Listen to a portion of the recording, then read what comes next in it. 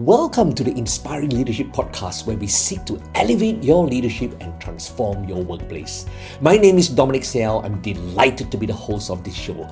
With my team at eqstrategist, we seek to bring you a dose of healthy inspiration and practical insights into how to enhance team performance, cultivate resilience, foster collaboration, and shape culture. But thank you so much, Sjiva, for making time for this call. I so appreciate you. Yeah, thank you so much for having me. It's very nice to be here in this impressive studio. Yeah, it has been. Every time I come here, I'm, in awe. Such a great ambience. And Yes. I think we've known each other for a few years now. I've always been a huge fan of our work. I know we share a passion for empowering people to be at their very best, the most resilient, optimistic self, and also empowering organizations to lead people through times of change and transformation. But what has always impressed me most is how you're able to combine the heart, the humanity, and backed with great science and data. And just to see you progress, now moving into the space of AI. I'm a huge fan of ChatGPT. Call out now here for OpenAI. Man, we talk about project management and we teach people about, we got to do things faster and better. And very often faster and better very often means at cost, expensive. Or you can have faster and cheaper and yet at a compromise of quality. And yet, I don't know about you, but just from a layman's person in creating content and designing content, it's generally made me not just quicker and cheaper and better, I like to think, which is absolutely phenomenal. And yet, I know I'm still a baby in terms of learning about this stuff. So to be able to speak to someone like you and learn with you and learn from you about where these technologies, how you will change lives and all that is an absolute honor. Well, thank you so much. Pleasure is mine as well. Thank you. Thank you, Sjiva. Love the audience to know even more about the wonderful Sjiva De Meester. Is that how am I pronouncing it right? De Meester, yeah. Absolutely fantastic. So I've got a little bit of a cheat sheet here, but you've had an amazing, remarkable journey from strategy, behavioral science, AI, innovation. Could you maybe take us back to the beginning? What sparked your passion for innovation and purposeful leadership? Okay. That's a very good question. I think you say take me back to the beginning. I'll take you back to the beginning. And maybe we spoke a bit before we started about how many siblings you have. You said you have three brothers. Three brothers, yes. I had come from a family of 9 kids. Oh my God. Okay. So it is, it's a house full. And I'm somewhere in the middle. Right. And I think, when you grow up in a household with so many kids, it's a little bit like running a company to a certain extent. And my mom did that very well. We lived in Europe, in Belgium, so we don't necessarily have the same support system as you would in Asia, where you have helpers. So in our family, you had a chart with chores, and it said all the names, blah, blah, blah, all the days, Monday, Tuesday, Wednesday. And then it said what you needed to do on a Monday. I needed to vacuum. On a Tuesday, wash the dishes. Wow. On a Wednesday, I needed to iron. And ironing is one of the tasks I still, up till today, absolutely do not like to do. And so I figured out very quickly that, hey, I can game this system a little bit. And I started negotiating with my siblings, like, you know what, ironing, I don't like to do it. What is it that you don't like to do? I can take that task and we can exchange. Wow. And so it started from negotiating with my siblings to negotiating with my parents. Okay. My siblings saw that I had some skill and came to me, hey, I want to get this done. Can you help me out? And so leadership from that perspective started quite early on. Wow. And one thing that's very powerful that I learned is when you have a group of 9 kids, all very, very different, different personalities. 6 are adopted from different countries. So they bring different things into the mix, different cultures as well. But one thing that really brings us all together, brought us all together, well, still brings, still today, is when you give us a common mission. Whether it is a birthday party or a present or Mother's Day, which is coming up soon. Wow. We were able to come together as a team and really do amazing things. And so I've learned a lot of things from just being one of 9 kids. And I think, I still use some of these principles today, and in a way it's kind of my superpower. Yeah. What a wonderful childhood. Sounds like your parents had a... It's not all wonderful, but it is unique. It's very unique. Yeah, Yes. tremendous parents. I'd love to have them in our podcast one day. And from many different cultures. Many of them were adopted, were they? Yes. So I have a sister from Haiti, from Vietnam, from Philippines, El Salvador, and maybe I'm missing someone. Usually I have to count. But yes, it's very diverse. Yeah. Wow, that is absolutely amazing. Thanks for sharing that. Yeah. Learn all your leadership skills right from home. Yes, a lot of them. Yeah. Tremendous. So you're now deeply involved in AI literacy across sectors while leading the pack, including healthcare and education.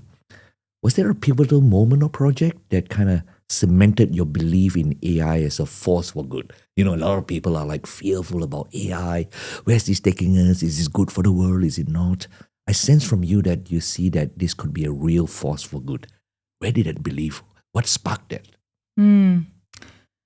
It's a good question, because a lot of people say, is AI good or is it bad? And I kind of go, well, there's a huge, it's a paradox on the one hand between this is something that's tremendously exciting, but also something that, if it's making you uncomfortable and there's some fear, it also makes sense. And it's like, how do we manage that paradox? I think for me personally, like AI is not necessarily something that is new. Like Gen AI is something that has been quite new and more in the public eye. But I mean, AI in general has been around for ages, right? And so I think from that point of view, about 10 years ago, I think, so maybe a little bit of context as well. So my background is I'm an organizational psychologist, studied in Belgium, lived there, worked in consulting, moved to Singapore with my now husband. And so we've been here for 15 years almost. And so in 2014, so about 10 years ago, my husband was working in 3M. Oh, wow. And 3M is a wonderful company. My husband joined them primarily because he thought that they would be in the innovation space, right? Because that's the brand. They have invented Post-its and Scotch tape. The reality is, however, when you sit here, things are a lot more operational, and it's more about planning, more about operational efficiency, and it's not necessarily about the innovation that happens more in the US. And so he actually joined that company, and after a couple of years, he was a bit burned out. And I looked at that and I'm like, hey, I'm an organizational psychologist. Like, why is this even happening? Nothing's wrong. Trim is a beautiful company. He had beautiful companies. But why fundamentally is he coming home and is he burned out? And the reality is my husband is a change maker. He is a visionary. He is an innovator. And that's how he creates value. Right. However, how the company was creating value, how the team was creating value was more by planning, long-term operational efficiency, which is a different type of value creation. Right. And so in a sense, there was a disconnect between the culture fit, as we want to call it. There was no culture fit. And I looked at that and I was like, hey, wait a second, this how did I not see this? First of all, like I should have. When you look for jobs, they match people to skill sets. They say, hey, yeah, you can do the job, but they don't ask a question. Can you be the best version of yourself in that culture? Long story short, seeing that up close inspired me for two things. It was like, well, actually, it is not that complicated to look at someone's culture fit. And yet, the algorithms, the AI doesn't exist to do that at the moment. Wow. And so I then set up a company called Culture Match, which was an algorithm that measured basically your personality, but looking how you communicate. So how you communicate, what you say and how you say it. And then took that information in and made a prediction about your value creation style, personality, work style, and then was able to match that to companies. And that's when it started, became, this seeing my husband go through that experience was a bit of a starting point. And I realized that data is a way, and AI is a way to scale things. And in the end, it's a means to an end. Wow. And that's how I used it to solve like a real life problem. Yeah. Wow. So it sounds like the initial spark was actually from your wonderful husband's Yes. experience. Sounded like Yeah. maybe a misalignment of Yeah. values as opposed to technical expertise. Yeah. And realizing that without that alignment, burnout is Yes. possible. And Yeah. now you're using AI to accelerate Yeah. and actually promote in many ways the ability for people to continue to be resilient and inspired, Yeah. so they can serve the organizations to the Yeah. fullest. What an And amazing story! I think AI often these days we focus too much on the technology, but AI is a means to an end. It's like there's a problem that you need to solve, and AI can help you to scale it, or can help you to do it more faster, as you mentioned, or more cost efficient. But I think we have to really focus on the problems to solve rather than the technology itself. Yeah. Right, wonderful. Just curious, just love to learn about what's the unique lens that has inspired you. The mindset, maybe the values, the beliefs that has brought you. The way you blend technology, human beings, and leadership. Right, it's pretty unique. And then in driving transformation across so many industries, what's shaped that lens? I hear influences in your upbringing, influences in your observation, in your journey as a organizational consultant, psychology, and your personal experiences. What else has shaped you? What drives you innately? It's probably a bit of a weird thing to say, but I think what drives me is seeing things that do not work from a human point of view. Right. And I like changing things. I like looking at things, understanding them. I like to think about how I can improve things. Wow. I've always done that. And I think in many ways where I see it not working is where some of the human components are missing. Whether it's in a data model, it's a LinkedIn suggesting you jobs based upon skills, but is disregarding culture fit. I'm like, hey, can we change that? And Netflix, that is, do they know you well enough to recommend you the things that you like? It's me being 3 weeks pregnant, going online to look for, symptoms when you're pregnant, and then getting suddenly advertisements regarding diapers. You're like, guys, that's way too early. Like that, it just doesn't make sense. And I think seeing all of these things happening for me, because obviously coming from organizational psychology, I think, do you understand the people? Do you know why people do things? And it's from that frustration and wanting to impart some of that knowledge, scale some of that knowledge. I've been actually looking at data more and more and going into that field, creating my own data models and working with data scientists to do that. Yeah. Sjiva, it's obvious how much passion you have for what you do. Thank you. And, we always talk about showcasing leaders and what drives them. And it's clear that you're driven by making a difference, and also the curiosity, the growth mindset of always seeking to make things even better to solve real human problems.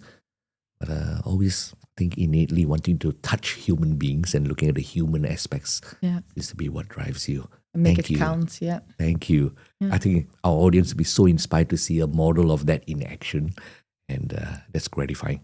Just moving into human AI, collaboration, and AI for good.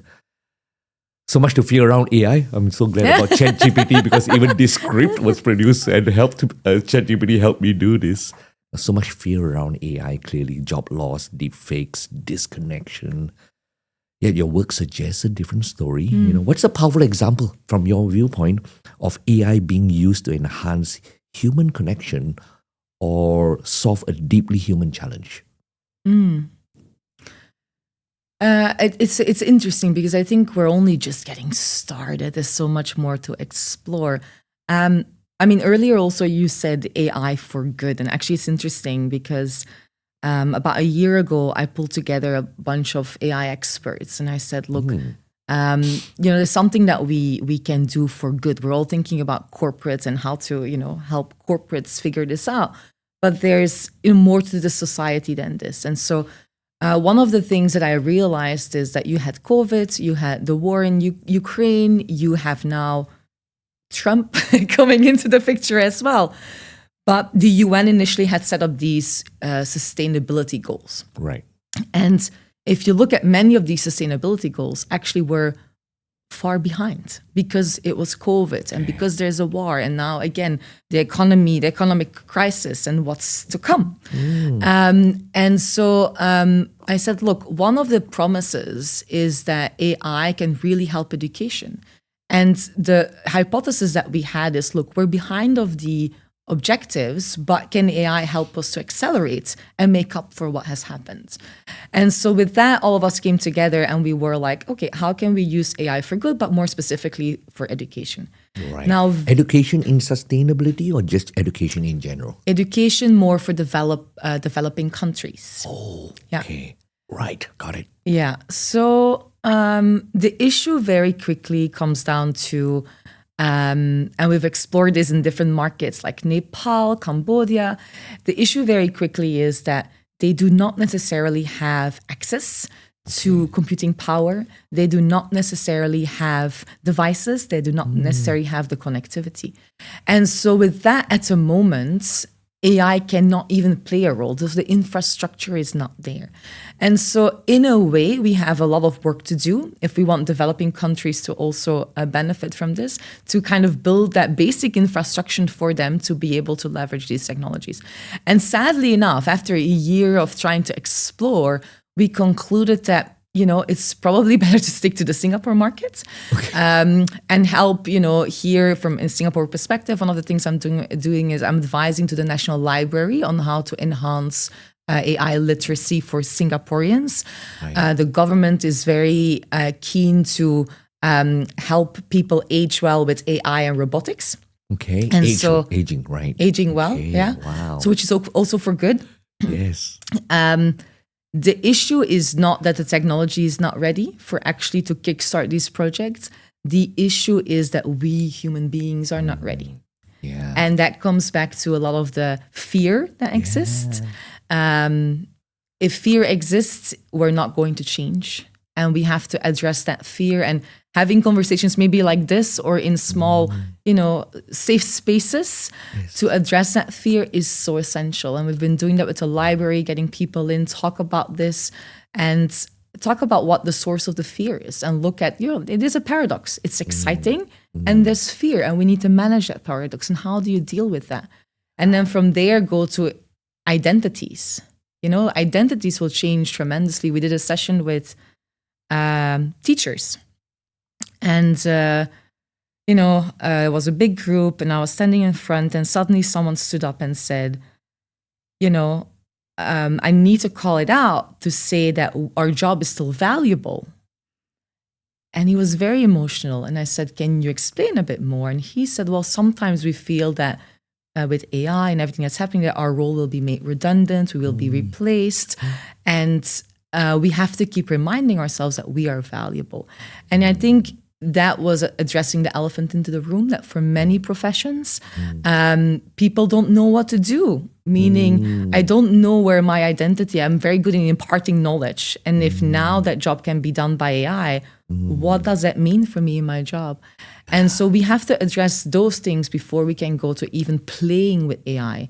So it goes back to people and their mindset. Yeah, and the adaptability and the agility. I think people questioning the value, and it's so true. I think people, if they're not moving with the times and being prepared to reinvent itself, that adaptability, as teachers, clearly, AI is going to have an impact. And yet, can you adapt quickly enough to embrace and use that, right? It's just a tool. But I think the master attribute that is, I think you and I agree with, is just empowering people with that adaptability, that resilience, that growth mindset, being prepared to embrace rather than fight the change. Absolutely. Because you may be able to add value in your way for so many years, but doing that in the same way, we all risk obsolescence. Absolutely. But to get excited about it, and I think your work about empowering people with knowledge, very often we fear because we just don't know. Yeah. But also your work, likewise, creating those safe spaces to be able to talk about this, and going back to leadership and how, operating model as a leader is changing, and like, how do I navigate this? So I think The technology is important and it is there, but at the same time, we have to focus on the people bit. Yeah. And we don't do that enough. Yes, yes. To create that safe space for people to converse, and also for leaders to also, come with compassion, with empathy about the emotions that people go through, and yet also have that, to be able to share the brutal facts that change is important. Their preparedness to change is essential, and to give them the assurance that support will be there if they can look far ahead enough to prepare them so that they can lay the path. I think that's such critical work. Yeah. No, absolutely. And I think when you look at leadership, there's obviously a little bit of critical thinking that needs to be developed when it comes down to AI. But likewise, what can a machine not do? A machine cannot feel. A machine cannot care. Yes. A machine doesn't have integrity. Yes. And so in the future, everything that a machine can't do will become more important. And it's exactly the field that you work in. So I think it will be tremendously valuable. Absolutely. I still remember the times, kind of, in my age, I had the privilege of going through the .com revolution. And even at that time, oh boy, this is going to take our jobs. Ride sharing is coming along. There'll be loss of jobs. And I think the reality, based on the data that I've seen, at least in the developed nations, in Australia and the US, I think unemployment is at its lowest, you know. So with every technology, yes, it's going to break things and change things, and yet it's about focusing on the opportunities, right? Absolutely. And having that resilience and preparedness to have that mindset that you have, that curiosity, and to fulfill your highest potential and just move forward, embrace it as an adventure and move forward. For me, I believe that technology is just like anything. It's a two-edged sword. You can either use it for good or for not so great. It's just a tool. It's how you use it that matters. Absolutely. It's like money, it's just a thing, But do you use it for good and that's a human choice that we make in our everyday endeavor. Yeah. Right. But clearly the potential for good is, for me at least, amazing. And it's just great to see someone who's actually empowering and moving it forward in such a positive way. But I think what you say is very on point. I think companies these days that do not know what it looks like for them, because you have to look at the upside opportunity, right? Okay, but from a company, from a team, from an individual point of view, the question is, what does it actually mean for me, AI? And I see a lot of companies, you have to look at it this way as well. A lot of companies, there's AI and there's tools available. Now, these tools are available to everyone else. The question is, what are you trying to do? What is your purpose as an organization, as a team, as an individual? What are your values? What is it that differentiates you from your competitors? And if you're not clear on that, you will suffer. Because if we're all going to do the same thing, we're all going to automate everything, we'll all be the same. Right. And so the question is, what is it that's so special? And maybe you will find out that actually this human process is what makes it special, and we shouldn't actually touch it. AI shouldn't go near it. And in this side of the world, we're not thinking enough about our purpose, our values, what makes us stand out, what is differentiating ourselves. We're very focused on making things run smoother, more operational efficiency, but we really have to think at it a bit more strategically as well. Wow. Lovely. There's a perspective that I haven't thought of actually, which is absolutely wonderful. Focusing on your core values and make that even better, and not having AI touch it. That's interesting. Great. Thank you for sharing that insight. Tell us about human AI teaming. Seems to be a bit of a buzzword out there, and that collaboration between the robot, the machine AI, and the human being.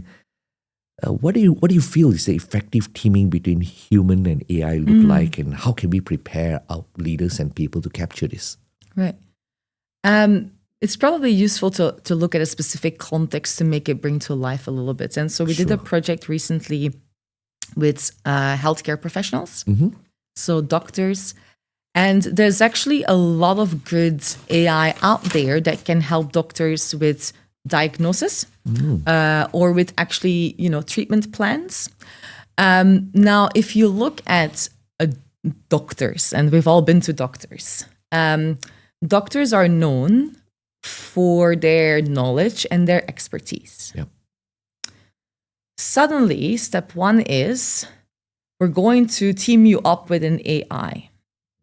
Now, firstly, it goes back to the person. Again, the same thing as we discussed.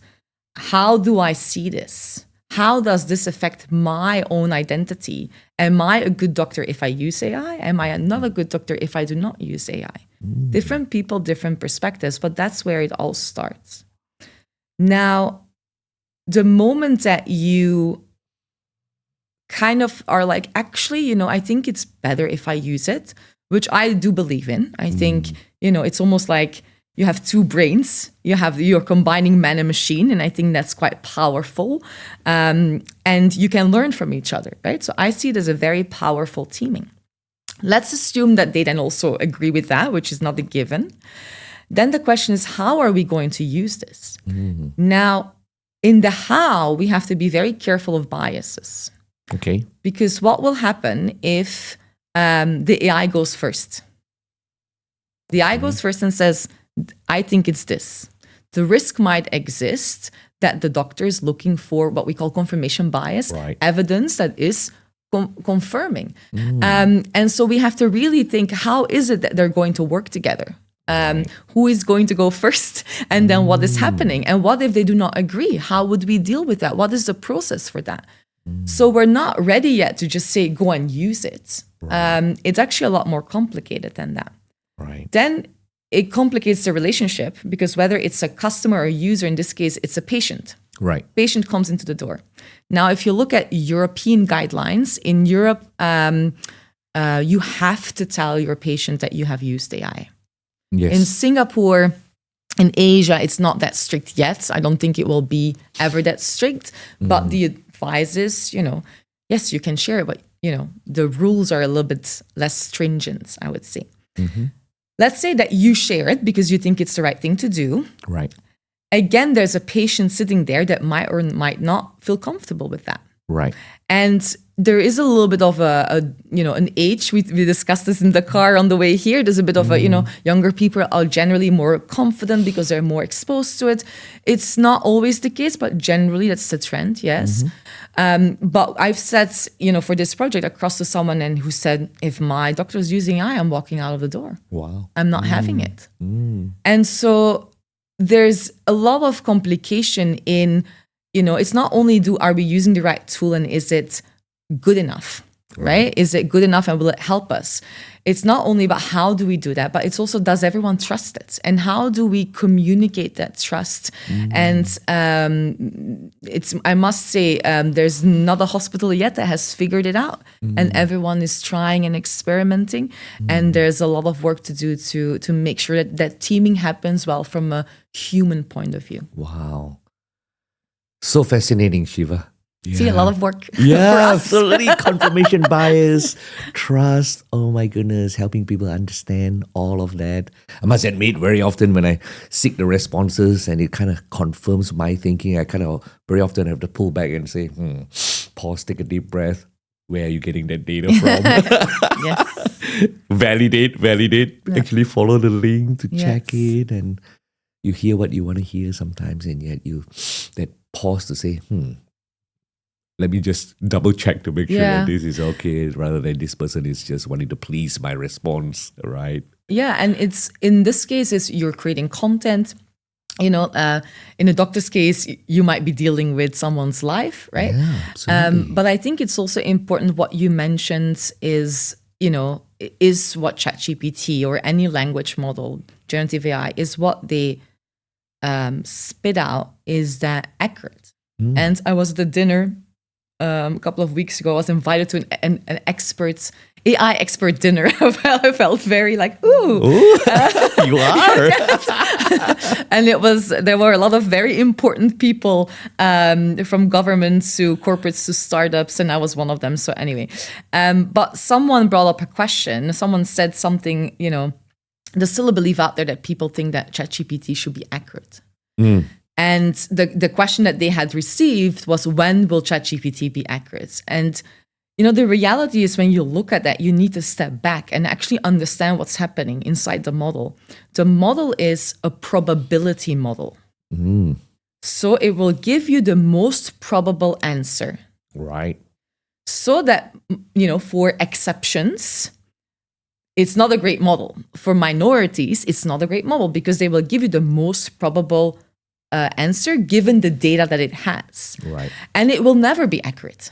It can never be 100% accurate. It's not built for that. And that's why generative AI is a lot better for generating things, generating content, generating images. But it's not very good for deterministic things. People that put resumes in and say, who should I hire?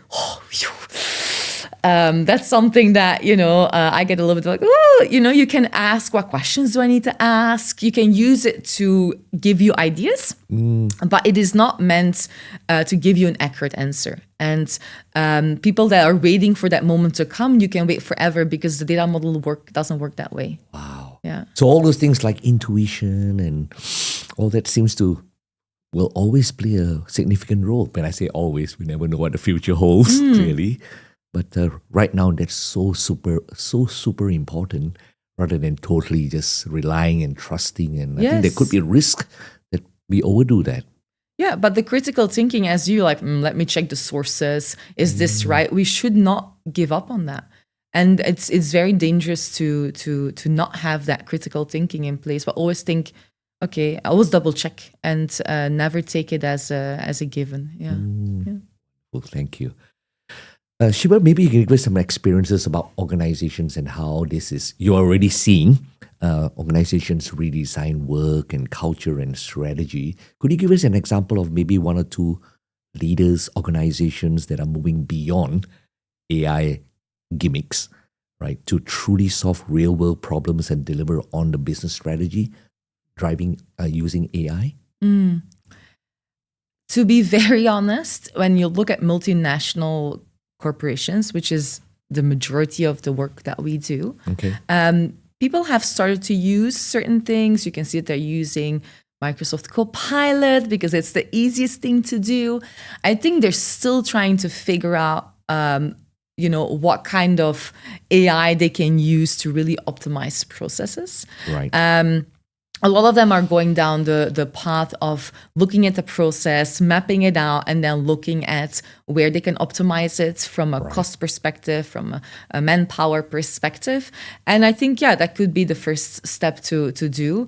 At the moment, we're very focused, as I mentioned earlier, on the cost savings, which is in line with the economic climate at the moment. But we're not necessarily looking at how can we differentiate ourselves and what do we need to keep, which is a bit of a concern to me. Right. I think leaders that are standing out at the moment for me are those leaders that really understand that, look, yes, we need to get the technology right. We need to get the governance and the infrastructure, but we also need to look at the people. Right. I think that's where I would say that's what we want to see more of. And recently, I'm not sure, whether you're aware, but the CEO from DBS, so Piyush, left, retired, and Sushan came in his place, wonderful lady. But they did a bit of a roadshow to wrap up and hand over. And in one of the panels, Piyush actually said, if you have a people problem, you will have an AI problem. If you have a processes problem, you will have an AI problem. And he was alluding to the fact that if you do not have your basics in place, if you don't know what game you're playing and how it works and who is playing it, then don't even start AI. Wow. And I think it's going back to those basics that is really key. And for me, again, it goes back to the fear, the identity, getting people to play with some of these things, and working on critical thinking is very key. If you buy AI, if you build AI, if you work with AI, we're at the stage where we need to elevate that critical thinking. Critical thinking means, what's the problem we're solving? For whom? What's the data going in? if data goes in, what happens into the model? Like I said, is it a probability model or is it a correlation? What's the difference between a correlation and causation? You need to have a little bit of that knowledge. Then how do I interpret the output? Right. How do I work with that? And then last, how would I measure success? And to me, that's critical thinking regarding AI. And if you're able to answer these questions and work with these questions, whether you've built it or you bought it, you will make a huge difference. And we're really at a foundational level. And I think that's where we need to be, but there's lots of work. Yeah. Wow. Critical thinking skills. Yes. Well, that's such a great framework that you've laid out, in terms of how we start to address those things. Fascinating. I love that quote that you said, if you don't have the right culture, the people and processes. Culture as well. Yeah. AI could be a problem. Yes. Right? Yeah. Yes. Wow. Fascinating. You're seeing all the work that you can do now. You're like, Super excited. I think I read with your profile, you worked on hyper-personalization. We've done some of that, Tell me, how do behavioral insights and AI drive impact here? I think there's a couple of angles to this. I think in general, AI exists to be consumed by people, to serve people, to work alongside people. So there's always this people angle to it. And also we're dealing very often with what I call people data. And people think that people data is HR data, but that's not necessarily true. Right. It is also like, how well do we know you? And that's where personalization, for example, comes in. And so, it goes back to understanding what are your needs, instead of looking at demographics saying, you're 40 plus, let's just keep it that 40 plus year old lady, you have 2 kids, that's kind of demographic data. You could look and say, hey, Sjiva is really an innovator. She likes to stand out. And if you understand my needs and my profile a little bit better, you're able to recommend me better things. And if you do that well, then I'm more likely to buy from you. One project that we did, this is already a couple of years ago, was for an insurance company. And we did an experiment for them where we customized a marketing message to your personality profile. Like, I like adventure, maybe someone else doesn't and likes to be risk averse. And so we had a couple of permutations, and depending on your personality, because I mentioned as well, with the project I did for Culture Match, we got really good in understanding human beings and who you are and what makes you tick.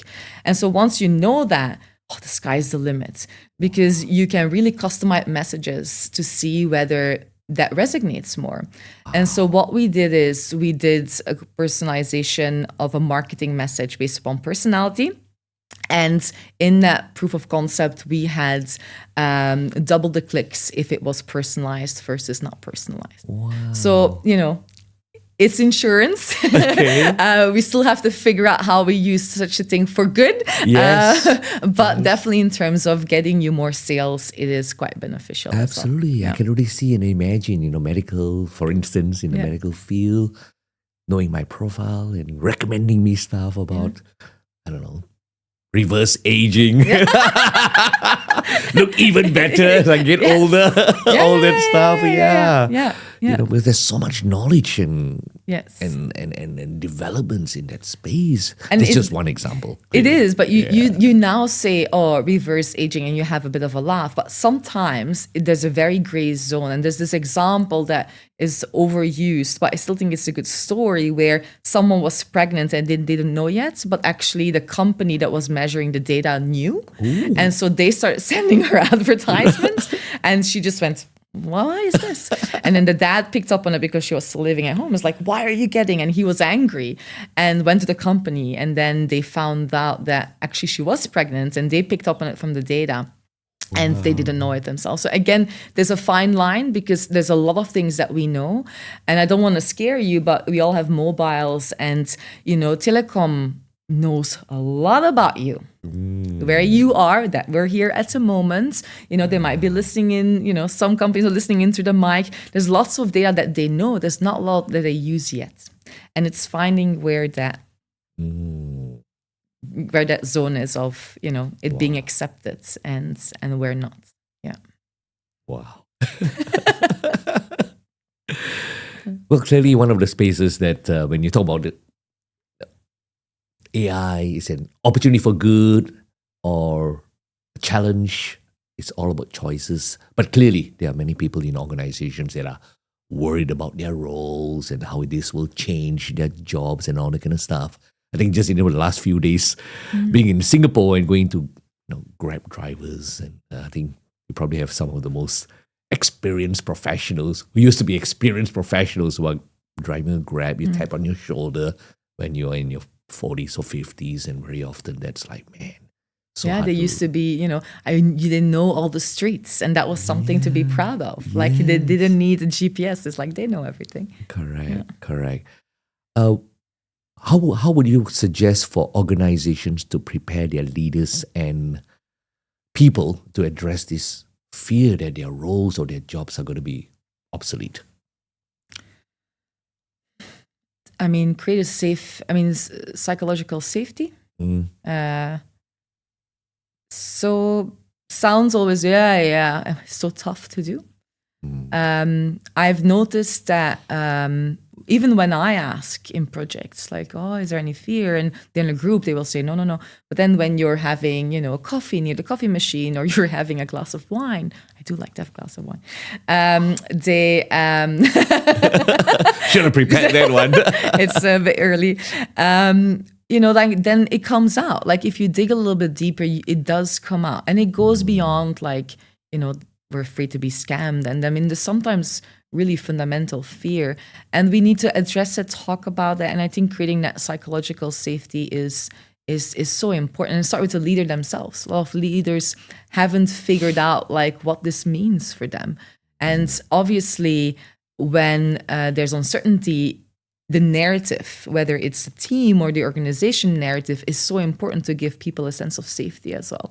And I think it goes back to what is your narrative. And I'm not talking about where you want to be in 10 years from now. I'm talking about the next step. And when one of the banks put a statement out there recently, they said, oh, we're letting go of all of our contractors, 4,000 people, because they will be replaced with AI.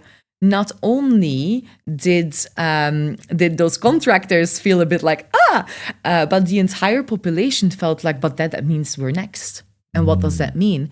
And so it's good to put bold statements out there. Obviously, you want to be seen as an innovator, but you need to think about the impact it has on the population. And I think it goes back to a narrative, and then the psychological safety, and then for each team working through, what that means. And even if you're not ready from an infrastructure point of view, it's about building that narrative at the moment. Right. Having those conversations and creating a safe platform for people to air their views, air their fears, and yet to assure them that they're all completely human to feel that way, and to chart the path and forward. Provide them, like the critical thinking courses. I mean, these days companies are still doing prompting courses. I mean, prompting is really not needed anymore. Like if you use ChatGPT, by the way, maybe you haven't done it, but maybe you're still typing everything. You're saying, give me this, this, and this, and this.